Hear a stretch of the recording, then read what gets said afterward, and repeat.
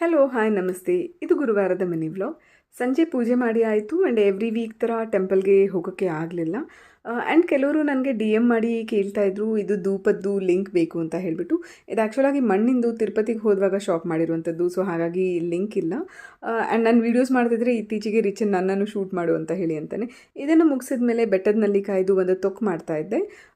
So ಒಂದು almost 1 ವೀಕ್ವರೆಗೂ store ಮಾಡಿ ಇಡ್ಬೋದು. ಇದಕ್ಕೆ ಬೆಟ್ಟದ ನಲ್ಲಿಕಾಯಿ, ಹಾಗೆ ಸೋರೆಕಾಯಿ ಮತ್ತು ಮೆಣಸಿನ್ಕಾಯಿ, ಇದು 3 ಐಟಮ್ಸ್ ಬೇಕಿರುವಂಥದ್ದು. ಸೊ ಇದ್ರ ಜೊತೆಗೆ ಒಗ್ಗರಣೆಗೆ ಅಂತ ಹೇಳಿಬಿಟ್ಟು ಉಪ್ಪು, ಅರಿಶಿನ, ಸಾಸಿವೆ, ದೆನ್ ಕರಿಬೇವು ಇಷ್ಟೇ. ಈ ಎಲ್ಲ ಐಟಮ್ಸ್ನ ಎಣ್ಣೆಯಲ್ಲಿ ಸಾಫ್ಟ್ ಆಗೋವರೆಗೂ ಫ್ರೈ ಮಾಡ್ಕೊಬೇಕು. ಬೆಟ್ಟದ ನಲ್ಲಿಕಾಯಿ ಫುಲ್ ಸಾಫ್ಟ್ ಆಗಬೇಕು, ಇಲ್ಲ ಒಗ್ರಿರುತ್ತೆ. ಇದನ್ನು ಸ್ವಲ್ಪ ತರಿಯಾಗಿ ರುಬ್ಕೊಬೇಕು, ಫುಲ್ ಪೇಸ್ಟ್ ಆಗಬಾರ್ದು. ದೆನ್ ಇದಕ್ಕೆ ಒಗ್ಗರಣೆಗೆ ತೋರಿಸಿದಂಥ ಎಲ್ಲ ಐಟಮ್ಸ್ನ ಹಾಕಿ ಒಗ್ಗರಣೆ ಮಾಡೋದು ಅಷ್ಟೇ.